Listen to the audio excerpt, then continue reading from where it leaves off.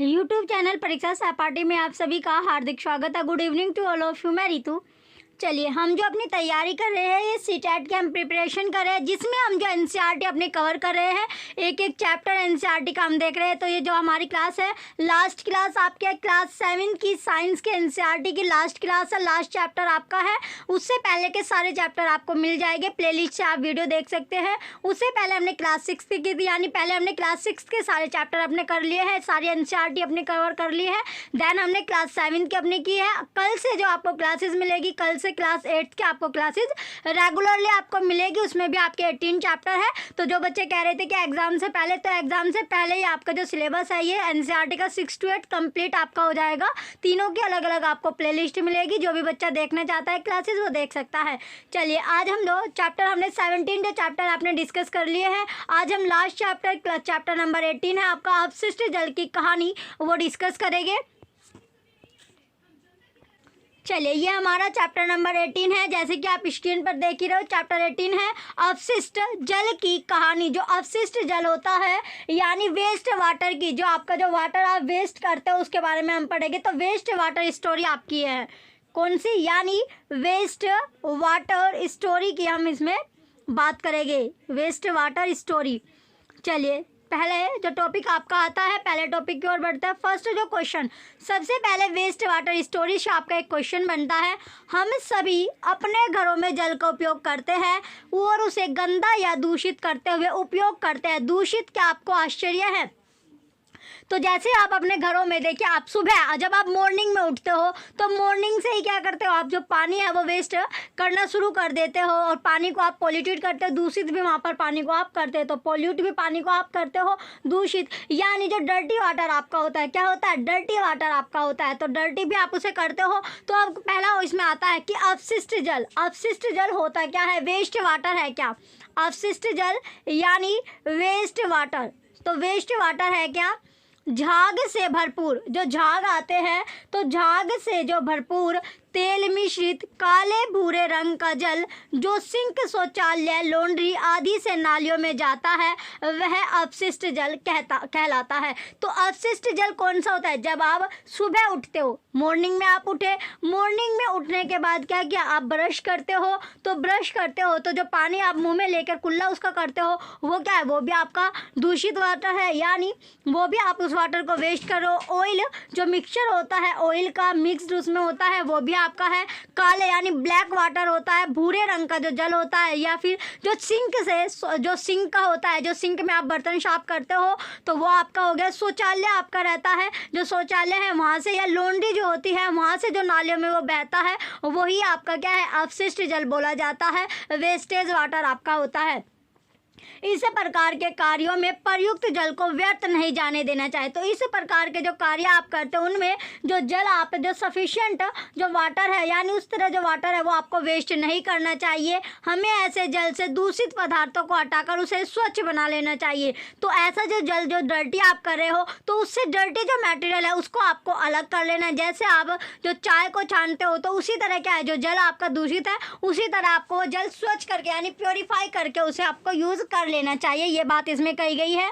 अगला पॉइंट आता है, इसमें क्वेश्चन बनता है, क्या आपने कभी सोचा है कि अवशिष्ट जल कहाँ जाता है और इसका क्या होता है? जो आप वेस्ट वाटर करते हो, जो नालियों में बहता है, जो पानी आप वेस्ट करते हो, जो नालियों के द्वारा आपका बहता रहता है, तो ये जो जल होता है वेस्ट वाटर, ये जाता कहाँ है? इसमें आता है अगला पॉइंट इसमें कि जल हमारी जीवन रेखा है। जो जल है वो हमारी क्या है, जीवन रेखा है। तो वाटर आवर लाइफ लाइन। तो वाटर क्या है, जो जल है वो हमारी लाइफ लाइन है, हमारी जीवन रेखा है। तो ये क्या है, हमारी लाइफ लाइन है, जीवन रेखा है।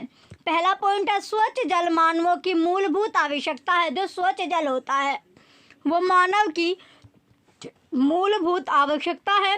आइए हम स्वच्छ जल के विभिन्न उपयोगों पर विचार करते हैं। तो आइए हम देखते हैं कि जो स्वच्छ जल होता है, जो प्योरीफाई वाटर है, उसके जो डिफरेंट जो उपयोग होते हैं, यूजेस होते हैं, उस पर हम विचार करेंगे, डिस्कस करते हैं।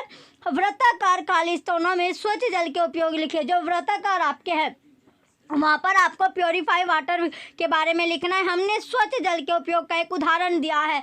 स्वच्छ जल के जो वाटर है उसका हमने क्या दिया है, एक एग्जाम्पल दिया है। आप उससे और भी उपयोग जोड़ सकते हैं। तो इसमें क्या है, और भी जो यूजेस होते हैं वो भी आप इसमें जोड़ सकते हैं। अब आता है अगला पॉइंट, दुर्भाग्य से उपयोग के लिए उपयुक्त स्वच्छ जल सभी को उपलब्ध नहीं है। एक रिपोर्ट के अनुसार 1 अरब से अधिक व्यक्ति को सुरक्षित पेयजल उपलब्ध नहीं है। यानी ये क्या है, दुर्भाग्य है, यानी सभी को क्या है, जैसे आप सुनते भी होंगे, सभी को जो है जो दुर्भाग्य से जो उपयोग के लिए जो स्वच्छ जल होता है, जो प्योरीफाई वाटर है, वो नहीं मिलता है। तो सभी को प्योरीफाई वाटर नहीं मिलता। एक रिपोर्ट के अकॉर्डिंग हमें पता चला कि जो 1 अरब से भी ज़्यादा जो व्यक्ति है, जो पर्सन है, उनको जो सुरक्षित पेयजल है, वो प्योरीफाई जो वाटर होता है वो उपलब्ध ही नहीं है, उनके लिए अवेलेबल नहीं है। तो आपको जो वाटर मिल रहा है वो प्योरीफाई अगर आपको वाटर मिल रहा है तो ये आपका सौभाग्य है। अगला पॉइंट आता है, इसके कारण विश्व की जनसंख्या का बहुत बड़ा भाग जल संबंधित रोगों से पीड़ित रहता है। इसके कारण भी क्या है, जो विश्व की जो पॉपुलेशन है, वर्ल्ड की जो पॉपुलेशन है, उसका एक बहुत बड़ा भाग ऐसा है, बहुत बड़ा पार्ट है जो जल से संबंधित जो रोग होते हैं, तो जो जल से संबंधित जो बीमारियां होती हैं उनसे वो पीड़ित है, उनसे वो ग्रसित है। तो जल की वजह से जो उनको बीमारी हो रही है और मृत्यु का ग्रास हो जाता है और मृत्यु उनकी हो जाती है। जैसे कि आपने अध्याय 16 में पढ़ा था, जो चैप्टर 16 था, उसमें आपने पढ़ा था कई क्षेत्रों में लोगों यहाँ तक कि बच्चों को स्वच्छ जल लाने के लिए कई किलोमीटर तक पैदल चलना पड़ता था। जहाँ पर आपने देखा था जो महिलाएं, अगर जहाँ पर आपका क्वेश्चन भी बना था कि जो महिलाएं हैं अगर वो दूर दूर से पानी लाने जाएगी, यानी दूर कई किलोमीटर चलकर वो पानी लाती है, तो क्या होगा, उनको घर का जो काम भी वो करती है, तो घर के काम के साथ साथ अगर वो काम भी कर रही है और काम के साथ साथ उनको पानी भी दूर से ढोना पड़ता है, दूर से अगर वो पानी लाएगी, तो जब पानी वो लाती है और जो काम भी उनको करना पड़ता है, तो उनके काम का जो बर्डन होगा वो क्या हो जाएगा, इंक्रीज हो जाएगा, बढ़ जाएगा। तो उनके काम में बढ़ोतरी हो जाएगी, उनका काम बढ़ जाएगा, उनका बोझ जो होगा, यानी काम करने का जो बोझ होता है, बर्डन होता है, वो एक तरह से बढ़ जाएगा। अब आता है नेक्स्ट पॉइंट, और इसी वजह से अगर पानी बच्चे भी दूर दूर से दूर यानी कई किलोमीटर तक दूर जाकर वो पानी लाते हैं तो वो स्कूल नहीं जा पाते थे। तो इसी कारण जो बच्चे थे वो स्कूल भी वहाँ पर नहीं जाते थे। अगला पॉइंट, अगला क्वेश्चन है, क्या यह मानव की गरिमा के लिए गंभीर समस्या है? जो मानव की जो गरिमा होती है उसके लिए ये क्या है, एक गंभीर समस्या है। तो पहला पॉइंट है, आपने जो अध्याय 16 में ही जनसंख्या वृद्धि, प्रदूषण, औद्योगिक विकास, कुप्रबंधन और अन्य कारकों के कारण अलवन ताजे जल की आपूर्ति में बढ़ती कमी के बारे में आपने पढ़ा था। जब हम चैप्टर 16 पढ़ रहे थे उसमें पॉपुलेशन जो इंक्रीज हो रही है, प्रदूषण हो रहा है, पोल्यूशन हो रहा है, या फिर औद्योगिक जो इंडस्ट्रियल डेवलप आपकी हो रही है उसके बारे में हमने पढ़ा था, और जो अन्य फैक्टर होते हैं ये भी हमने वहाँ पर पढ़ा था। तो ताज़ा जल जो होता है, जो फ्रेश वाटर होता है, उसकी जो फ्रेश वाटर है वो धीरे धीरे क्या है आपका कम हो रहा है। तो फ्रेश वाटर आपका कम होता जा रहा है। तो इसमें अगला पॉइंट है कि स्थिति की गंभीरता को समझते हो, जो सिचुएशन है उसको गहराई से समझते हुए विश्व जल दिवस 22 मार्च 2005 को संयुक्त राष्ट्र की जनरल असेंबली ने 2005 से 2015 की अवधि को जीवन के लिए जल पर कार्य के लिए अंतर्राष्ट्रीय दशक के रूप में घोषित किया है। इस दशक में किए जाने वाले सभी प्रयासों का उद्देश्य उन व्यक्तियों की संख्या को घटाकर आधा करना है। तो 2005 से जो 2015 की जो ड्यूरेशन था, टाइम ड्यूरेशन था, उसमें क्या क्या जो विश्व जल डे, जो वर्ल्ड वाटर डे आप सेलिब्रेट करते हो, ये करते हो 22 मार्च 2005। तो यहाँ से भी क्वेश्चन आपका बनता है कि जल दिवस है वो कब सेलिब्रेट होता है, तो जो कब मनाया जाता है, 22 मार्च 2005 को ये आपका सेलिब्रेट करते हैं। अब आता है नेक्स्ट पॉइंट, जिन्हें सुरक्षित पेयजल उपलब्ध है, जिनको फ्रेश वाटर आपको मिल रहा है, तो ऐसा देखने में आता है कि इस उद्देश्य की प्राप्ति के लिए काफ़ी प्रयास किए गए हैं, लेकिन अभी बहुत कुछ बाकी है। लेकिन अगर आपको फ्रेश वाटर मिल रहा है तो इसके लिए बहुत प्रयास किया गया। इसके साथ साथ अब भी ये क्या है, कुछ बाकी है, जिससे फ्रेश वाटर यानी ये आपका जो काम है वो चलता रहा है। जल की सफाई करने के प्रक्रम में जल के जल स्रोतों में प्रवेश अथवा उसके पुनः उपयोग से पहले उसमें से प्रदूषकों को अलग करना सम्मिलित है। अपशिष्ट जल के जो वेस्ट वाटर है उसके उपचार का यह प्रक्रम सामान्य रूप से वाहित मल उपचार कहलाता है। यह अनेक चरणों में संपन्न होता है। तो अनेक चरणों में क्या है, यह आपका संपन्न आपका होता है। तो जो मल उपचार होता है, मल आपका है, तो मल उपचार ये आपका कहलाता है। क्या कहलाता है, मल उपचार आपका कहलाएगा, यानी सीवेज ट्रीटमेंट। ये होता है आपका मल उपचार, क्या है, सीवेज ट्रीटमेंट आपका होता है। कौन सा ट्रीटमेंट, जो सीवेज ट्रीटमेंट इसको बोला जाता है, सीवेज ट्रीटमेंट। इसके लिए देखिए ये आपकी टैगलाइन भी है कि वाटर फॉर लाइफ, जो वाटर है वो लाइफ के लिए, या तो वाटर फॉर लाइफ 2005 से 2015, ये आपका अंतर्राष्ट्रीय दशक जीवन के लिए जल का लोगो, तो इसके आपका ये जीवन का लोगो आपका है। चलिए अब चलते हैं नेक्स्ट, अगला पॉइंट आता है वाहित मल क्या है, जो सीवेज ट्रीटमेंट है वो होता क्या है, तो वाहित मल है क्या, जो मल है वो है क्या, तो वाहित मल यानी सीवेज, इसमें पूछा गया है कि सीवेज है क्या। पहला पॉइंट आता है सीवेज में कि वाहित मल घरों, उद्योगों, अस्पतालों, कार्यालयों और अन्य उपयोगों के बाद प्रवाहित किए जाने वाले अपशिष्ट जल होता है। जो वाहित मल जो आपका घरों से या फिर जो उद्योग होते हैं, जो इंडस्ट्रीज होती है या अस्पताल होते हैं, हॉस्पिटल होते हैं, जो कार्यालय आपके होते हैं और अन्य जगह के जो बाद जो प्रवाहित किए जाने वाला अपशिष्ट यानी वेस्टेज वाटर आपका है, इसमें वर्षा जल भी सम्मिलित है। इसके साथ साथ इसमें जो वर्षा जल होता है, जो रेन वाटर है, वो भी इसमें ऐड आपका किया गया है, जो तेज वर्षा के समय गलियों में बहता है। जब बारिश आती है, जैसे आपने देखा होगा, आपने जो हमने लास्ट चैप्टर में पढ़ा था, जब बारिश आती है तो बारिश के टाइम पर जब तेज़ जहाँ बारिश आती है, ज़्यादा तेज़ आपकी जो बारिश है, भारी वर्षा आती है, उस टाइम पर जब पानी होता है वो ज़्यादा वेस्ट आपका होता है, वो गलियों में, नालियों में आपका बहता चले जाता है। जैसे आपने देखा था, जो फॉरेस्ट यानी जो जंगल था, वहाँ पर अगर भारी वर्षा भी होती थी, वो क्या था, पानी जो था वो वहीं पर आपका यानी जो वाटर लेवल था उसको क्या करता था, उसको बैलेंस करने में काम आपका आता था, वाटर लेवल को वो इंक्रीज करता रहता था। लेकिन के घरों में यानी जो शहरों में क्या होता है, वो वाटर जो होता है जैसे गलियों, नालियों में वो आपका भर जाता है और भरने के बाद वहाँ पर जो होता है यानी प्रॉब्लम आपकी क्रिएट होती है। अब आता है अगला पॉइंट कि सड़कों और छतों से बहकर आने वाला वर्षा जल अपने साथ हानिकारक पदार्थों को ले आता है। जो सड़क से जो रोड आपकी बनी है वहाँ से या फिर जो छत आपकी होती है उनसे बहकर जो वर्षा जल आता है, रेन वाटर आता है, वो अपने साथ साथ क्या जो हार्मफुल मटेरियल होता है उनको भी बहाकर ले जाता है। वाहित मल द्रव रूपी अपशिष्ट होता है। जो वाहित मल होता है, जो सीवेज होता है, ये द्रव्य रूपी अपशिष्ट होता है। इसमें अधिकांश जल होता है जिसे में घुले हुए और निलंबित अपद्रव होते हैं। अब आता है नेक्स्ट पॉइंट इसका, अपने घर के आसपास यानी जहाँ आप रहते हो, जहाँ भी आप रहते हो, तो उसके आसपास या फिर जो विद्यालय है या सड़क है उस पर किसी खुली नाली को देखिए और उसमें बहने वाले वाहित जल का निरीक्षण आप कीजिए। तो जो पानी उसमें जो नालियों में जो पानी बह रहा है उस पानी को आपको देखना है और उसका जो निरीक्षण है वो आपको करना है, यानी उसको देखना है, बहते हुए पानी को आपको देखना है। वाहित जल का जो रंग होगा या गंध होगी और उसके किसी अन्य अवलोकन को आपको नोट कर लेना है। अपने मित्र और शिक्षक या शिक्षिका जो भी आपके है, जहाँ पढ़ रहे हो, या तो टीचर यानी शिक्षक आपको पढ़ा रही है, शिक्षिका जो आपकी होती है वो अगर आपको पढ़ा रही है तो इस पर आपको उनके साथ चर्चा करनी है, डिस्कशन करना है। इस प्रकार प्राप्त जानकारी को सारणी है या टेबल है उसमें आपको लिस्टेड करना होगा। वाहित मल एक जटिल मिश्रण है। जो वाहित मल होता है वो एक जटिल मिश्रण है, मिक्सचर आपका होता है जिसमें निलंबित ठोस, कार्बनिक और अकार्बनिक अशुद्धियां, पोषक तत्व, मृतजीवी और रोग वाहक जीवाणु और अन्य सूक्ष्मजीव होते हैं। इसमें निम्नलिखित भी शामिल है। तो क्या क्या इसमें शामिल होता है वो देखते हैं। ये टेबल आपकी है। चलिए अब टेबल इसमें पढ़ते हैं। तो टेबल में क्या क्या आपको दिया गया है। सबसे पहले इसमें जो टेबल है इसमें आता है कार्बनिक अशुद्धियां, जो ऑर्गेनिक आपका होता है कार्बनिक।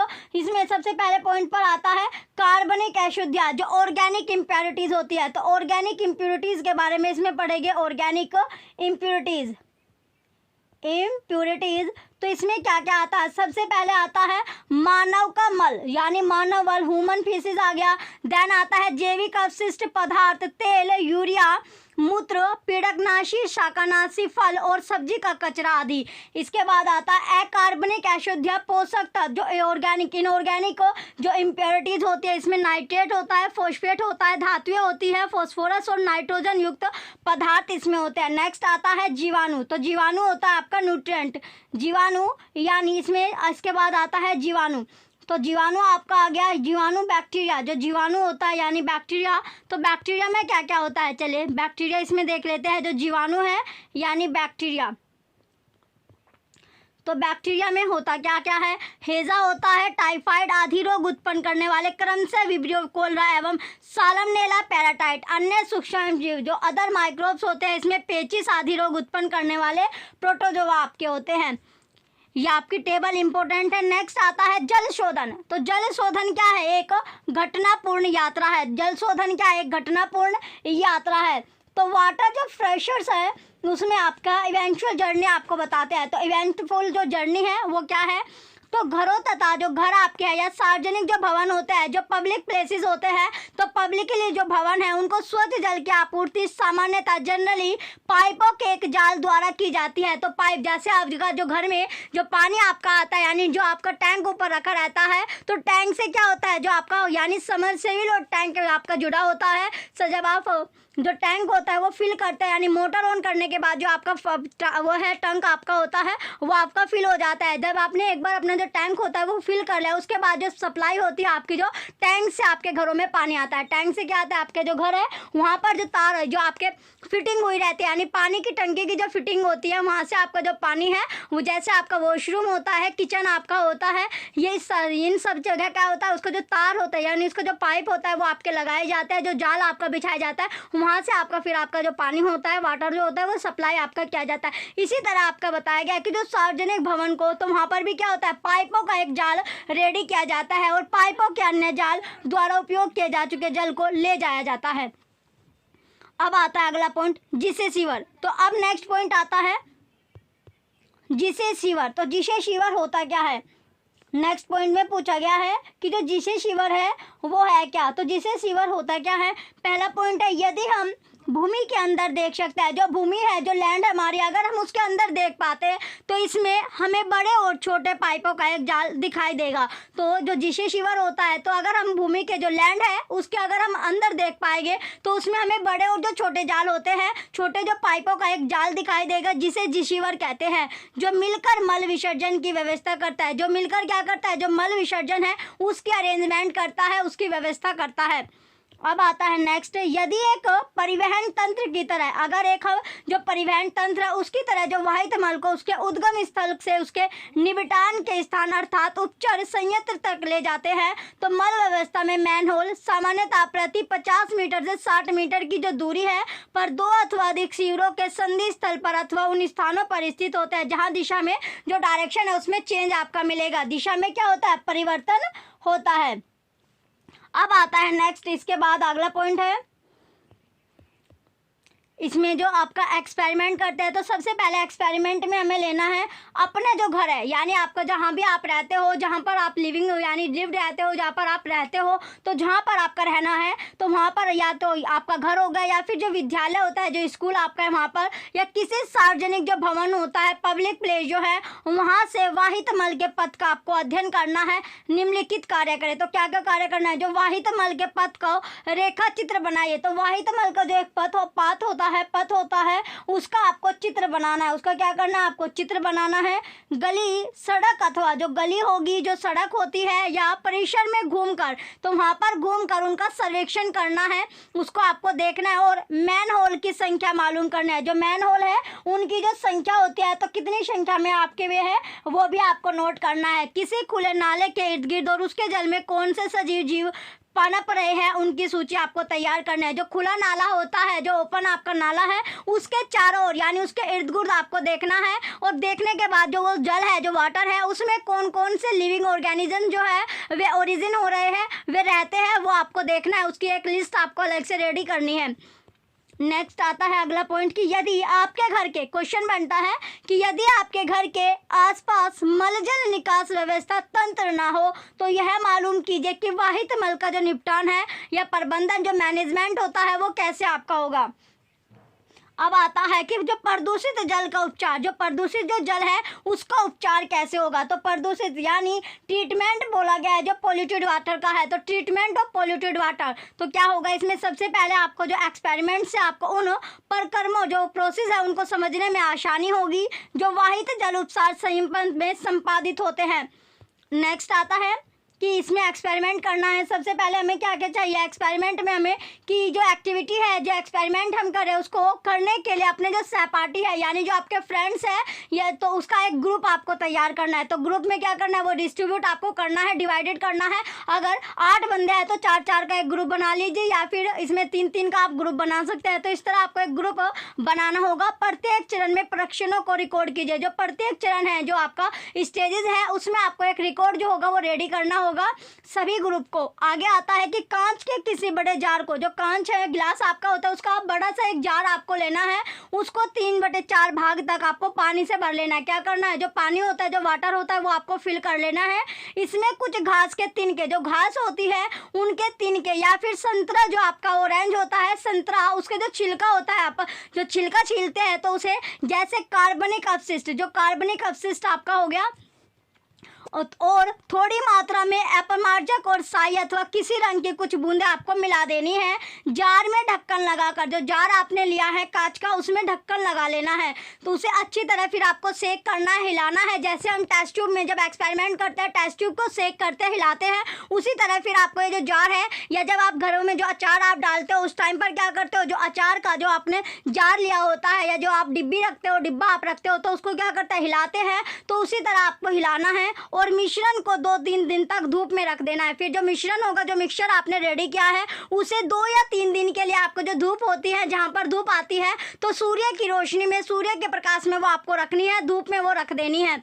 नेक्स्ट आता है 2 से या 3 दिन बाद आप क्या करते हैं, कर सकते हैं, जो मिश्रण आपने लिया है, जो मिक्सचर बनाया है, उसे फिर से आपको हिलाना है, फिर से उसको सेक करना है और इसकी अल्प मात्रा नमूने के तौर पर किसी प्रकनली में डालें। फिर जो टेस्ट ट्यूब आपकी होती है उसमें आपको यह डालना है। तो अल्प मात्रा में इसको तौर पर जो टेस्ट ट्यूब है उसमें डाल दीजिए। इस प्रकनली में उपचार से पहले नमूने 1 की चिट लगाकर इसे नामांकित करें। फिर क्या करना है, जो टेस्ट ट्यूब आपने ली उपचार में पहले क्या करना है, जो नमूना है उस पर 1 चिट आपको रेडी करनी है और इसे नामांकित, यानी कोई भी आप जो नाम है वो इसे दे सकते हैं। अब आता है नेक्स्ट, इसके बाद अगला पॉइंट, जो मिश्रण आपका है, तो मिश्रण की गंध कैसी है, तो मिक्सचर जो आपका रेडी हुआ उसकी जो गंध होती है, जो इसमें स्मेल आती है, वो किस तरह की इसमें स्मेल आएगी। तो इसमें स्मेल कैसी आती है, पहला पॉइंट आपका इसमें जो क्वेश्चन बनता है कि जो मिक्सचर में जो स्मेल आएगी वो किस तरह की आती है। तो चलिए देखते हैं। कांच के जार में शेष बचे मिश्रण में जल जीवशाला यानी एक्वेरियम के वातृत से कई घंटों तक वायु के बुलबुले गुजारे। वातृत को रात भर जुड़ा रहने दे, यानी रात भर क्या उसको जुड़ा रहने दीजिए ताकि मिश्रण का कुछ घंटों तक वातन हो सके। यदि आपके पास वातृत नहीं है तो यांत्रिक विलोडक अथवा मिक्सर का उपयोग करिए। आपको उन्हें इसके बारे में विलोडित करना पड़ सकता है। नेक्स्ट पॉइंट में है कि अगले दिन, जब अगला नेक्स्ट डे आपको क्या करना है, जब वातन जो प्रक्रम कुछ घंटों तक हो जाए, यानी कुछ घंटे तक उसका प्रोसेस हो जाने के बाद, तो किसी अन्य प्रणाली, जो दूसरे टेस्ट ट्यूब, पहले टेस्ट ट्यूब में आपने नाम दे दिया, दूसरे टेस्ट ट्यूब में फिर आपको दूसरा नमूना डालना है। अब आपको जो जार था आपने रात भर खुला छोड़ा, यानी रात भर जब आपने वो खुला छोड़ा, उसके बाद किसमें बात की गई है, फिर आपको सेकेंड टेस्ट ट्यूब जो लेनी है उसमें वो डालना है। इसे वातन के बाद, इसे जो वातन है उसके बाद क्या है, नमूना जो सेकेंड है उसके रूप में आपको अंकित कर देना है। तो सेकंड नाम आपको इसमें दे देना है। नेक्स्ट आता है कि जो फिल्टर पेपर, फिल्टर जो पेपर होता है, फिल्टर पत्र जो होता है, उसके एक टुकड़े को मोड़कर संख्याकर बना लीजिए। क्या बनाना है, संख्याकर आपको बना लेना है। अब फिल्टर पत्र को स्वच्छ पानी से गीला कर ले, जो फ्रेश वाटर होता है उससे आपको उसे गीला करना है, उस पर पानी डालना है और फिर शंकु को कीप में लगा दीजिए। फिर जो शंकु होता है उसको आपको कीप में लगा देना है। तो कीप में आपने लगा दिया, यानी फनल में आपने लगा दिया। कीप को किसी स्टैंड पर लगाए, जो कीप होता है उसे आपको स्टैंड पर लगाना होता है। जैसे कि आपने कक्षा 6 में आपने पढ़ा था, तो कीप को किस में लगाना है, स्टैंड में आपको लगा देना है। अब आता है नेक्स्ट आपका, इसके बाद अगला पॉइंट है कीप जो है उसमें पहले बालू, उसके ऊपर महीन बजरी और अंत में मध्यम साइज की बजरी की परतें आपको बिछा लेनी है। वास्तविक फिल्टर संयंत्र फिल्टर पत्र का उपयोग नहीं करते, लेकिन बालू के फिल्टर की मोटाई कई मीटर होती है। बचे हुए वातृत द्रव को फिल्टर करके बीकरों में भर दीजिए। द्रव को फिल्टर से बाहर गिरने मत दीजिए। यदि फिल्टर किया हुआ द्रव स्वच्छ ना हो तो इसे तब तक फिल्टर करते रहिए जब तक कि आपको स्वच्छ जल नहीं मिल जाता। तो आपको तब तक फिल्टर करते रहना है जब तक कि आपको जो फ्रेश वाटर होता है वो आपको नहीं मिलता है। फिल्टरित जल के नमूने को तीसरी प्रणाली में डालें। फिर फिल्टर के बाद जो वाटर है वो आपको तीसरी जो टेस्ट ट्यूब आप लोगे, प्रणाली लोगे, उसमें आपको डालना है और उससे फिल्टरित जल यानी नमूने 3 के रूप में आपको नामांकित, उसको नाम 1 दे देना है। नेक्स्ट आता है जो चौथी प्रश्नावली आपको लेनी है। फोर्थ जो टेस्ट ट्यूब लोगे उसमें फिल्टरित जल का एक अन्य नमूना आपको लेना है।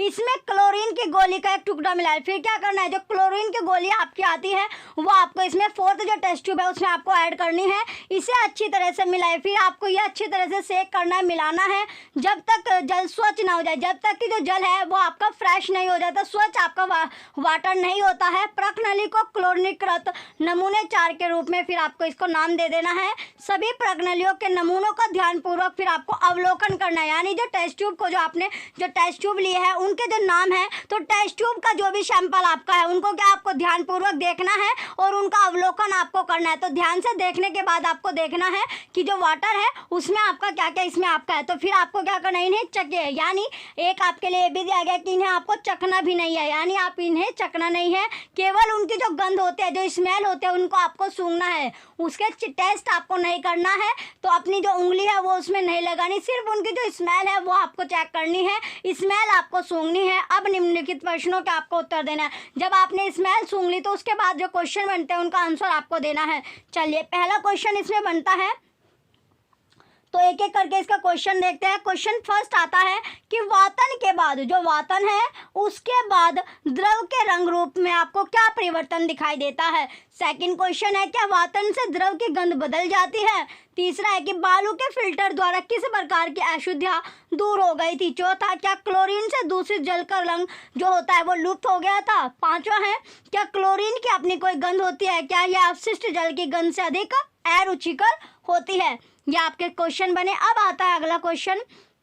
अगला पॉइंट है कि अपशिष्ट जल उपचार संयंत्र। तो अपशिष्ट जल उपचार संयंत्र के बारे में पढ़ते हैं अब। तो अपशिष्ट जो जल होता है उपचार संयंत्र, तो इसमें है वेस्ट वाटर ट्रीटमेंट प्लांट। तो इसमें आता है कि अपशिष्ट जल के उपचार में भौतिक, रासायनिक और जैविक प्रक्रम सम्मिलित होते हैं जो जल को संदूषित करने वाले भौतिक, रासायनिक और जैविक द्रव्यों को पृथक करने में हेल्प करते हैं, सहायता करते हैं। सर्वप्रथम सबसे पहले क्या करना है, पहले पॉइंट में है कि जो सर्वप्रथम आपको लेना है अपशिष्ट जल को ऊर्ध्वाधर लगी छड़ों से बने सालाका छन्ने बार स्क्रीन से गुजारा जाता है। इसे अपशिष्ट जल में उपस्थित कपड़ों के टुकड़े, डंडिया, डिब्बे, प्लास्टिक के पैकेट, नैपकिन आदि जैसे बड़े साइज के संदूषक अलग हो जाते हैं। तो ये आपके अलग हो गए। सेकंड में आता है अब आपका कि अब वाहित अपशिष्ट जल को ग्रिट और बालू अलग करने की टंकी में ले जाया जाता है। इस टंकी में अपशिष्ट जल को कम प्रवाह से छोड़ा जाता है, जिससे उसमें उपस्थित जो बालू, ग्रिट और कंकड़ पत्थर होते हैं उसकी पैंदी में बैठ जाते हैं। नेक्स्ट इसके बाद आता है फिर तीसरे पॉइंट में कि फिर जल को एक ऐसी बड़ी टंकी में लाया जाता है जिसका पैंदा मध्य भाग की ओर ढलान वाला होता है। जल को इस टंकी में कई घंटों तक रखा जाता है, जिससे मल जैसे ठोस उसकी जो तली के मध्य भाग में बैठ जाते हैं। इन अशुद्धियों को खुरच कर बाहर निकाल दिया जाता है। यह आमपंख स्लज होता है। अपशिष्ट जल में तैरने वाले तेल और ग्रीस जैसी अशुद्धियों को हटाने के लिए अपमतित स्कीमर का उपयोग किया जाता है। इस प्रकार साफ किया गया जल निर्मलीकृत जल कहलाता है। कैसा जल, निर्मलीकृत जो जल होता है वो आपका कहलाता है। चलिए इसके बाद आता है अगला पॉइंट। नेक्स्ट आता है कि आपंक जो होता है, आपंक को एक पृथक टंकी में स्थानांतरित किया जाता है। यहाँ अवयवी जीवाणु द्वारा अपघटित हो जाता है। इस प्रक्रम में उत्पन्न होने वाली बायोगैस, जैव गैस का उपयोग ईंधन के रूप में अथवा विद्युत उत्पादन के लिए किया जा सकता है। निर्मलीकृत जल में पंप द्वारा वायु को गुजारा जाता है। जो वायु होते हैं, जो एयर होते हैं, उसको गुजार दिया जाता है, जिससे उसमें वायवीय जीवाणु की वृद्धि होती है। ये जीवाणु निर्मलीकृत जल में अब भी बचे हुए मानव अपशिष्ट पदार्थों, खाद्य अपशिष्ट, साबुन और अन्य अवांछित पदार्थों का उपभोग करते हैं। नेक्स्ट आता है अगले पॉइंट में है कि कई घंटों बाद पश्चात क्या होता है, जो जल में निलंबित जो सूक्ष्मजीव होते हैं और टंकी की जो पैंदी होती है उसमें सक्रियत आमपंख के रूप में बैठ जाते हैं। अब शीर्ष भाग से जल को निकाल दिया जाता है। सक्रियत आमपंख लगभग 97% जल होता है। जल को बालू बिछाकर बनाए शुष्क तलों अथवा मशीनों के द्वारा फिर हटा दिया जाता है। शुष्क आमपंख का उपयोग खाद के रूप में भी किया जाता है, जिससे कार्बनिक पदार्थ और पोषक तत्व पुनः मृदा में जो मिट्टी होती है, जो सोइल है, उसमें वापस वो चले जाते हैं। अब आता है नेक्स्ट इसमें कि अब उपचारित जल में अल्प मात्रा में कार्बनिक पदार्थ और निलंबित तत्व होते हैं, इसे समुद्र, नदी अथवा भूमि में विसर्जित कर दिया जाता है। प्राकृतिक जो प्रक्रम है इसे और अधिक स्वच्छ कर देते हैं। कभी कभी होता है कि जल को वितरण तंत्र में निर्मुक्त करने से पहले उसे क्लोरीन अथवा ओजोन जैसे रसायनों से रोगाणुरहित कर लेना आवश्यक होता है।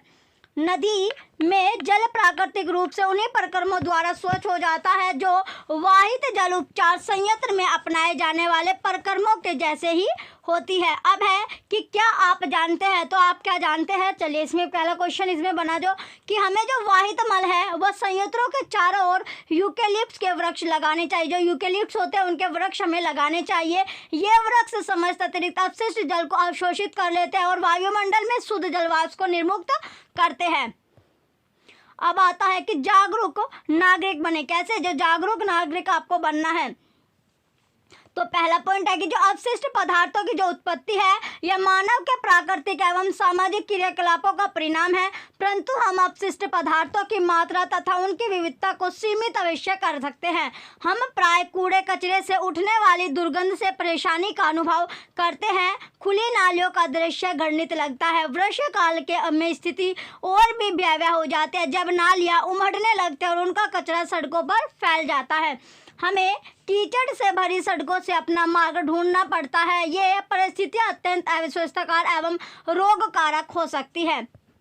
सड़कों पर बिखरे कचरे या अपशिष्ट जो पदार्थ होता है, जो वेस्ट मटेरियल होता है, उस पर रोग वाग जो मच्छर होते हैं या मक्खियाँ या अन्य कीट जो होते हैं वहाँ पर पनप जाते हैं, वहाँ पर बन जाते हैं। तो अन्य कीट क्या हो जाते हैं, वहाँ पर आ जाते हैं, वहाँ पर पनपते जाते हैं। तो एक जागरूक नागरिक के नाते आपका कर्तव्य है कि आप नगर पालिका तथा ग्राम पंचायत को इन विषम जो परिस्थिति है उसके बारे में आगाह करें तथा उनसे कदम उठाने के लिए भी आग्रह करें। तो यदि किसी घर से निकलने वाला वाहित जल पास पड़ोस में गंदगी फैला रहा हो तो आप उनसे अन्य नागरिकों के स्वास्थ्य के प्रति संवेदनशील होने का भी निवेदन कर सकते हैं।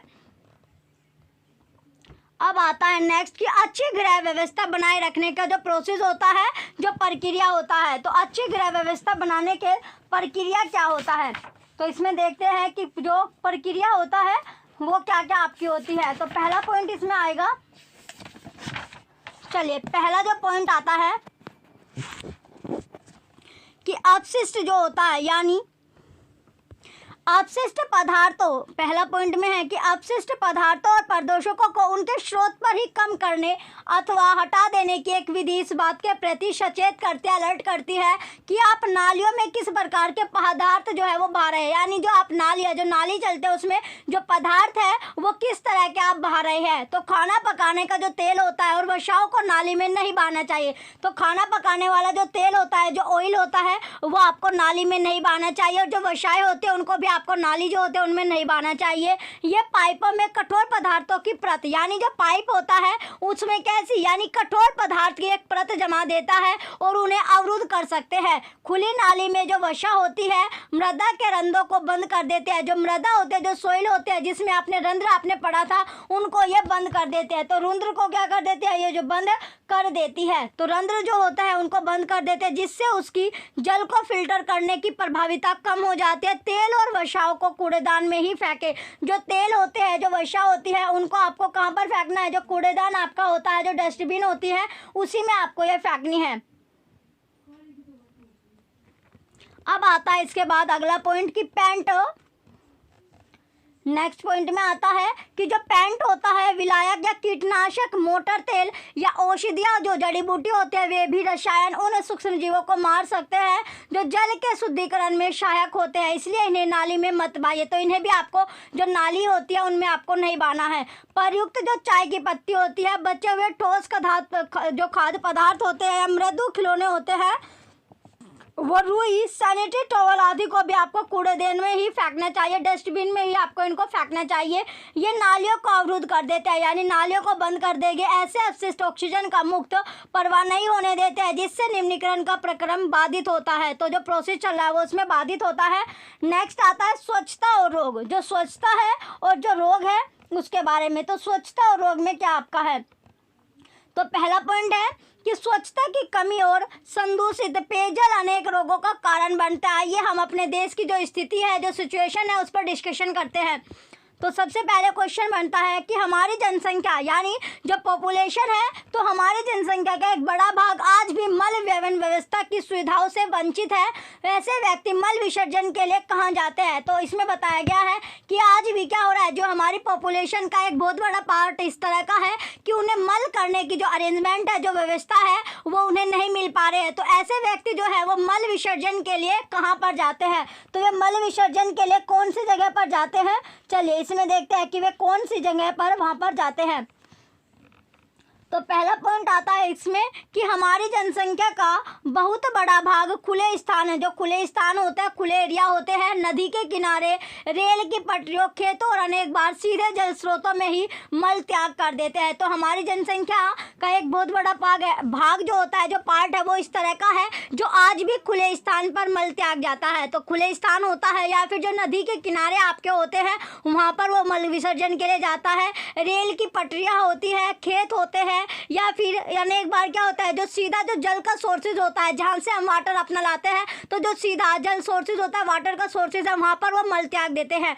अब आता है अगला पॉइंट, मल स्वास्थ्य संकट का एक कारक है। तो मल जो होता है वो स्वास्थ्य संकट का भी एक फैक्टर होता है, कारक है। इससे जल और मृदा का प्रदूषण हो सकता है। तो इससे क्या हो सकता है, जो जल है, जो वाटर है और जो सोइल है, वो भी पॉल्यूटेड होती है। सतह पर उपलब्ध जल और भूमि जल दोनों मानव मल से प्रदूषित हो जाते हैं। तो जो सतह है, जो सरफेस पर जो अवेलेबल जो वाटर आपका है, उससे वाटर जो होता है यानी जो जल है, और जो भूमि जल आपका होता है यानी तो जो वाटर लेवल आपका होता है, ग्राउंड वाटर आपका है, तो दोनों के दोनों इस पर क्या होता है, अफेक्टेड आपके होता है। ग्राउंड वाटर भी इस पर, इसकी वजह से पॉल्यूटेड आपका हो जाता है। अब आता है नेक्स्ट पॉइंट, भूमिजल कुओं, ट्यूबवेल, नलकूप, झरनों और अनेक नदियों के लिए जल का स्रोत है। जो भूमिजल है, ग्राउंड वाटर है, या फिर जो कुएं होते हैं, जो वेल है या ट्यूबवेल है आपका, तो झरने जो होते हैं और जो नदियाँ आपकी होती है, जो रिवर्स है, उनका जल का सोर्स भी आपका आता है। जैसे कि आपने जो अध्याय यानी चैप्टर नंबर 16 में आपने पढ़ा था, अतः अनुपचारित मानव मल जल जनित रोगों का सबसे सुगम पथ बन जाता है। इनमें से क्या होता है, आपको जो बीमारी यानी हैजा हो जाता है, टाइफाइड होता है, पोलियो, मेनिंजाइटिस, हेपेटाइटिस और पेचिस जैसे रोग इससे संबंधित है, जो वाटर से आपके होते हैं। यानी पानी, जब पानी जो होता है वो पॉल्यूटेड आपका हो जाएगा, दूषित पानी से जो बीमारी होती है वो ये बीमारी आपको हो जाती है। अब चलते हैं नेक्स्ट पॉइंट, अगला जो आता है कि वाहित मल निपटान की वैकल्पिक व्यवस्था।